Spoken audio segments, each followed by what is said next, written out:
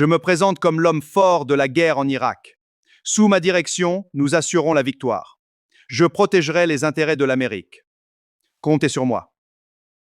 À tout seigneur, tout honneur, je vais commencer par Dick Cheney, l'homme que j'ai tant détesté sous la gouverne dans le temps avec George W. Bush, dans le temps du World Trade Center, la guerre en Irak. C'est là que j'ai commencé à m'intéresser vraiment à la politique internationale. C'était vraiment l'homme fort du gouvernement. Là, j'ai écouté plusieurs films historiques, plusieurs reportages. Et puis c'est sûr que, contrairement à ce que je pensais, que c'était vraiment lui qui décidait tout, non. George W. Bush, quand même, décidait plusieurs choses. Mais il en bien large. C'est certainement le premier vice-président à m'amener aussi large à la Maison-Blanche. Bush avait été le chercher, il le voulait absolument, mais je ne suis pas certain qu'il était très content de l'avoir finalement eu parce que ça a mis beaucoup d'ombrage à sa présidence. Après sa vice-présidence, Blackwater, il est devenu un des hommes les plus riches, 69 millions en une année. Ce qui met beaucoup de tâches à son dossier. Après avoir été pendant des années vice-président, il en a profité pour se faire des contacts et puis ben, starter sa compagnie de sécurité et ensuite faire des millions. Donc, c'est un vice-président républicain. Comme vous savez, je préfère nettement les démocrates. Mais quand même, à tout honneur, je l'estime beaucoup plus que dans le temps.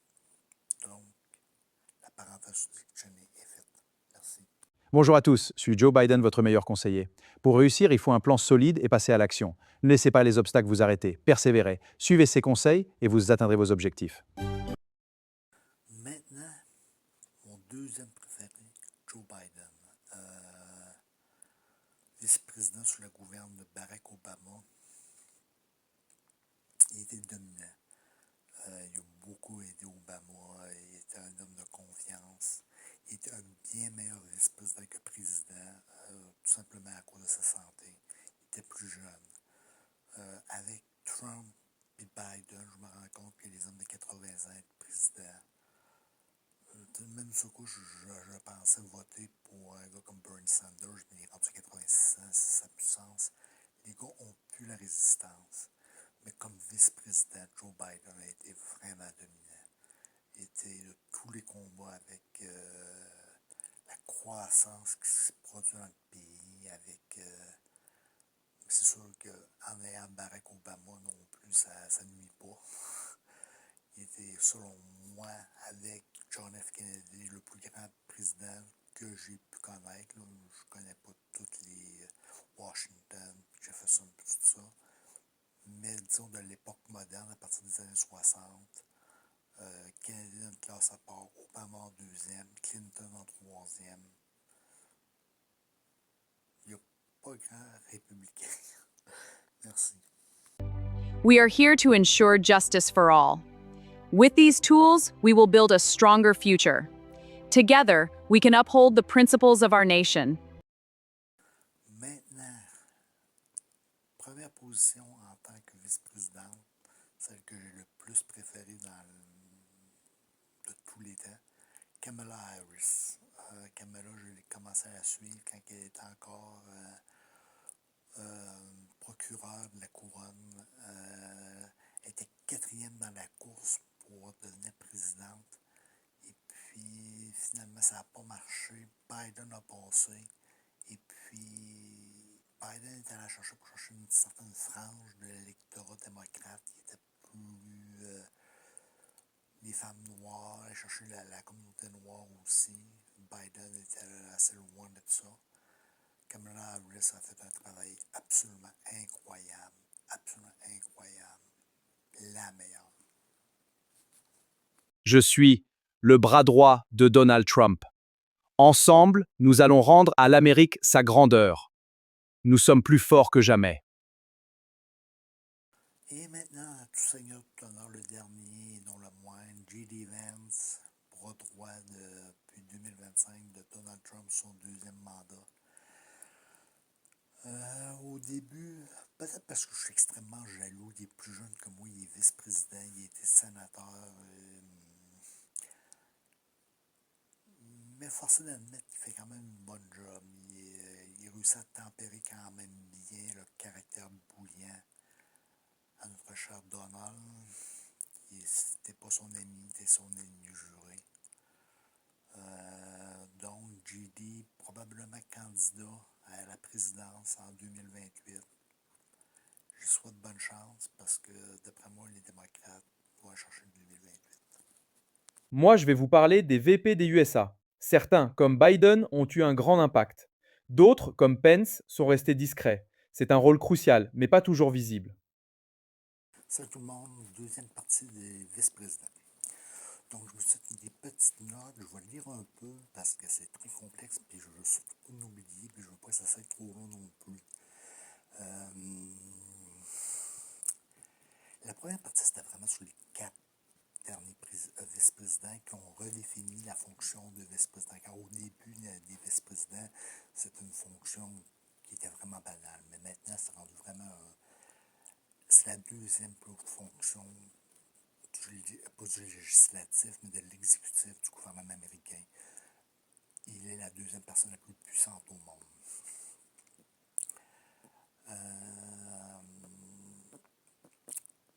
Fait intéressant à marquer, dans la Constitution, le vice-président doit être apte à remplacer le président à tout moment. Sans discussion, s'il y a une inaptitude pour le président, le vice-président est automatiquement nommé. Donc, il n'y a pas d'élection, il n'y a pas de comité. Par définition, il reçoit toutes les mêmes informations à tous les jours, il y a les mêmes briefings que le président pour être toujours prêt. Ces deux fonctions primaires, président du Sénat, il vote au Sénat seulement s'il y a un tie-break. Donc, comme présentement, les républicains et les démocrates sont relativement proches, sur certains dossiers, peut-être que J.D. Vance va être appelé à voter. Donc, c'est rare qu'il vote, mais quand il vote, c'est très important. Il n'est pas toujours au Sénat, mais il est très influent auprès des sénateurs. Sa deuxième plus grosse fonction, c'est le conseil numéro 1 du président. Il est de tous les combats. C'est lui généralement qui gère les relations internationales. Washington, le président reste, et puis le vice-président se promène, contacte les autres présidents à travers le monde ou les autres premiers ministres. Quand tout est réglé, là, le président y va, puis s'en va signer. Mais la job de corridor, c'est toujours le vice-président. C'est un des postes les plus sous-estimés à Washington. Les gens en général pensent que n'importe qui peut faire ça. Non. T'es le président, mais t'es le président dans l'ombre. Certains, comme Dick Cheney, on va parler dans la partie 3, Dick Cheney, Rice, pas Rice, oui. Tous ces personnes-là qui sont dans l'ombre, généralement, sont aussi, sinon plus influentes et ont laissé plus leur trace dans l'histoire que même les présidents. Donc, selon vous, dans les commentaires, dites-moi qui, selon vous, a été le plus grand vice-président de tous les temps. Pourquoi? Likez, abonnez-vous. Il va y avoir des dossiers comme ça toutes les semaines. La section 3, ça va être, pas maintenant, mais la section 3, ça va être un retour sur tout ce qui va avoir été écrit. Donc, peut-être dans 2 semaines, je vais faire la section 3 sur les vice-présidents les plus dominants de l'histoire. On va se contenter de partir de Kennedy, c'est-à-dire de 1963 à 2026. Donc, moi, c'est Harris. Biden. Harris et Biden. Donc, si vous n'êtes pas d'accord, ostinez-moi. Ben, Le débat à savoir qui fut le meilleur VP des USA dans les 4 derniers. Al Gore, Dick Cheney, Joe Biden, Mike Pence. Pour moi, c'est Joe Biden. Et vous, qui choisissez? ben là, je viens de me faire avoir. Biden, non, c'était pas mon choix. Non, c'est parce que pour mes transitions, je fais affaire avec Crunk. Je mets une image, je mets une phrase, et puis il me fait le genre de petite transition de 10 secondes qui est entre mes blocs. C'est le même que je fonctionne. Je me souvenais même pas d'Alga, je me souvenais même pas de Pence. Et sacrément, c'est épouvantable. Mais moi, si ça vous dérange pas, j'ai parlé de Canada, mais on va revenir à la base. Moi, ma spécialité, c'est vraiment à partir de 2000. Le World Trade Center avec Cheney, puis pour vous expliquer vite, moi, après World Trade, je suis rentré dans l'armée canadienne, puis c'est là que, grâce à l'armée, je me suis vraiment intéressé à la politique. Après ça, après l'armée, j'ai fait un bac que j'ai pas tout à fait complété. Mais c'est à partir de là que vraiment ma carrière a débuté. Moi, tout à l'heure, je parlais de Kennedy. Le Kennedy, je le connais, mais je ne sais même pas c'est qui c'était Johnson, son vice-président. Mais on va partir à partir de Dick Cheney. Si vous voulez mettre Pence, vous avez bien beau. Malgré que pour avoir été le bras droit de Donald Trump durant son premier mandat, mêlé comme qu'il était, et sacrément, il a mérité son paradis. Donc, il n'y a pas de mauvaise réponse. Il n'y a pas de mauvaise réponse à cette question-là. C'est une question d'idéologie un peu, puis de goût. Moi, c'est sûr que c'est Harris. J'ai pas eu Biden, mais j'aime mieux encore ce que Harris a fait, parce qu'elle était vraiment en merde, parce que Biden, quand il était président, il était vraiment plus là, puis c'est elle qui traînait, qui tirait le chariot. Vance, c'est pour ce qu'il va peut-être accomplir. Parce que pour l'instant, ça fait juste un an qu'il est là, il ne m'a pas encore vraiment impressionné. Mais s'il règle le conflit au Moyen-Orient, s'il règle quelques dossiers, il va peut-être pouvoir être président. Donc, on va se souvenir de lui comme un grand vice-président. Tout. Mais ça fait juste un an qu'il est au pouvoir. On peut pas vraiment juger. Mais un que j'ai détesté, Dick Cheney, mais comment ne pas saluer l'homme pour tout ce qu'il a fait, c'est sûr. L'argent qu'il a fait après, c'est ça qui selon moi, est un petit peu, comme je disais tout à l'heure, son talon d'Achille. Mais bon, là, je vais arrêter ça là. Tout ce que je voulais faire sur les vice-présidents va été fait. Je voulais faire une vidéo de 20 minutes. C'était une sorte de vidéo à peu près de 12 minutes. Bon, je l'ai faite. Là, je me souviens plus, on est le 19 juin. Vous allez avoir 2 semaines à peu près jusqu'au 4 juillet 9h. 4 juillet 9h, je compile et puis je dis qui a gagné comme vice-président. S'il vous plaît, partagez la vidéo, follow, commentez. Je veux que ça interagisse cette vidéo-là. Malheureusement, vu que c'est de la politique, je peux pas payer de publicité. Fait que je sais pas comment ça va marcher.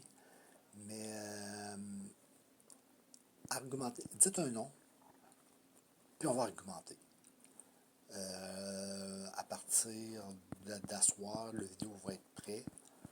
Puis on va pouvoir commencer à en discuter de qui. Comme j'ai dit, je voulais faire Canada, mais c'est bien trop loin. On va y aller de 2000 à 2026. Qui a été le meilleur vice-président selon vous? Merci. Au revoir. Donc, n'oubliez pas, like, follow. Aidez-moi. Merci. Au revoir.